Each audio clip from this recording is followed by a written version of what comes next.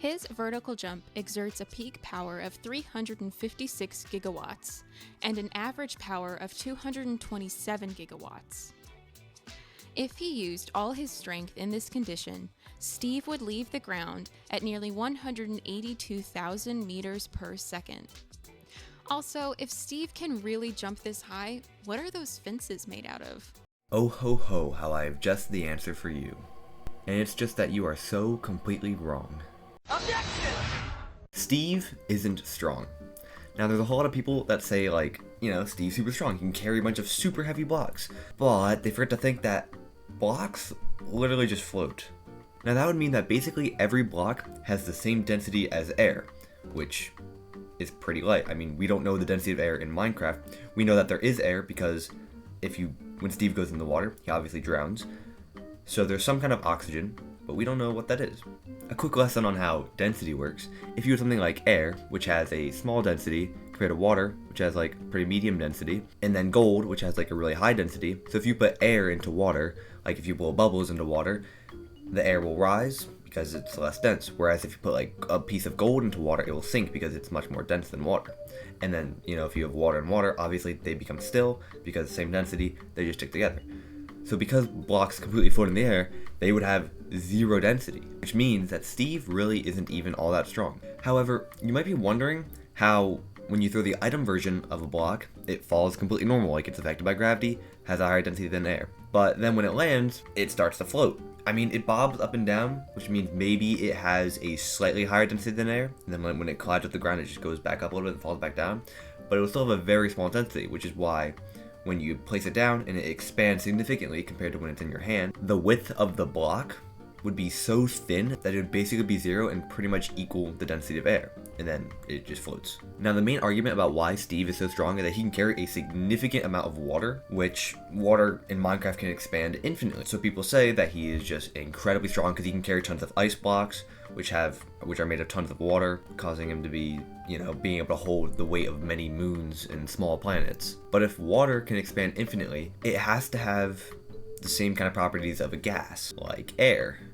And because sure, the water expands and appears to fall, where you actually place the water doesn't ever fall, so it would probably just have the same density as air, or just barely slightly more density than air, which would also help explain why items float in water, but it would have to be something like 1.00000001 times more density. But then you also have the paradox of how does a water bucket float in water? But there's actually a pretty simple answer. While I was making this video, I kind of found out that the iron from the water bucket would be the same density as air, so it would just kind of end up having a density between air and water, even though its item form still floats on the ground. I don't know. It's some kind of paradox. I can't explain that. And then you might be like, okay, Steve can't hold moons or small planets, but what about things like anvils? Well, those get a bit trickier. We know that there is a form of gravity that acts in Minecraft. We're not fully sure where that could come from, because even when you fall through bedrock, you still continue to fall, which means there's some mass in the void that actually would be the cause of the gravity in Minecraft, because it's not caused by the land. Otherwise, if you fall into bedrock, you just kind of flip upside down, and there's no core of the earth to Minecraft, which means whatever is in the void, there's some mass that is causing gravity.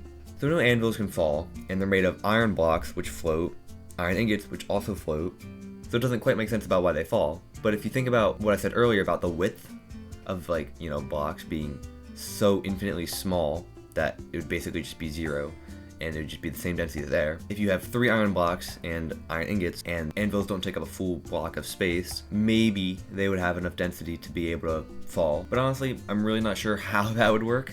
I mean, you could say that Steve is strong enough to carry 1,000 anvils or something, but even so, I don't think it would be as heavy as, normal iron, because most calculations based on how heavy the blocks are that Steve can carry are based on density, which is usually kilogram per meter squared. And I doubt that Minecraft with the floating blocks would have the same density for iron as we do in real life. Anyways, now that we know that Steve isn't super strong, I want to touch on more about the floating blocks. If Steve were to run into the blocks, they don't move at all, which is very interesting. You'd think they would, float through the air. If Steve ran into them, they should move, but they don't, which kind of has me thinking maybe air in Minecraft somehow has properties of a solid and a gas. Now, I have no idea how that would work. It doesn't make any sense.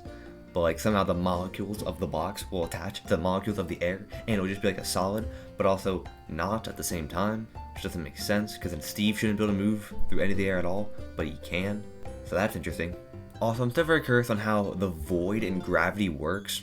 If we were to say that all blocks have the same density of air and they float, that would make the void have some kind of gas that is a higher density than air, which is why the whole world of Minecraft can float on the void. I wonder if, the void is just some kind of poisonous gas that radiates from whatever center is in the void that causes gravity to exist. But I'm really not sure how to think about how that would work. And maybe there's some kind of selective gravity, which is why only certain things fall. I don't know how that would work either. Maybe there's only certain materials that this void is reaching to get.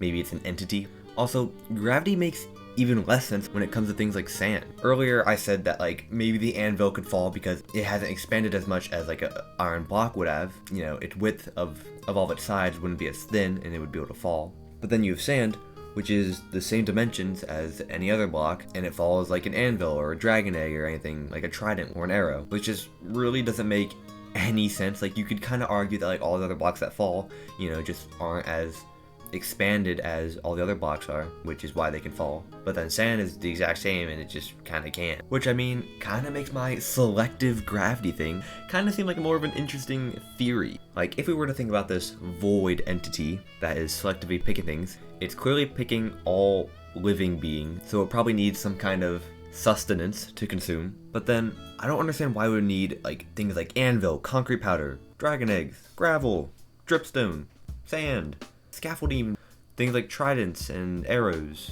Don't know what a void entity would need stuff like that for. And I think I'm gonna leave this void entity thing at that. If anyone wants to, theorize about that, talk about it, got any ideas, let me know.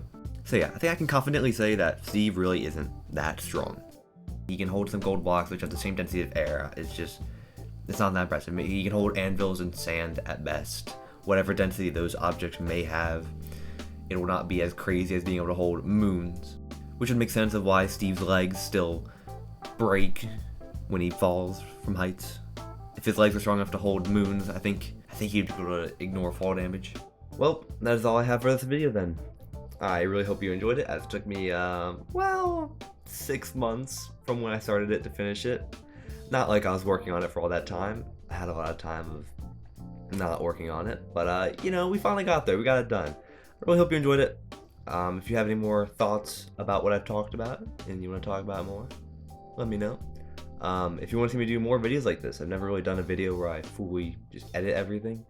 A lot of time was spent learning how to use this new editor I got, but if you want to see more stuff like this, let me know. And yeah, that's also why there's that Santa Claus at the beginning, because I started making this during my Christmas break, and now we got it done at the start of July. Let's go.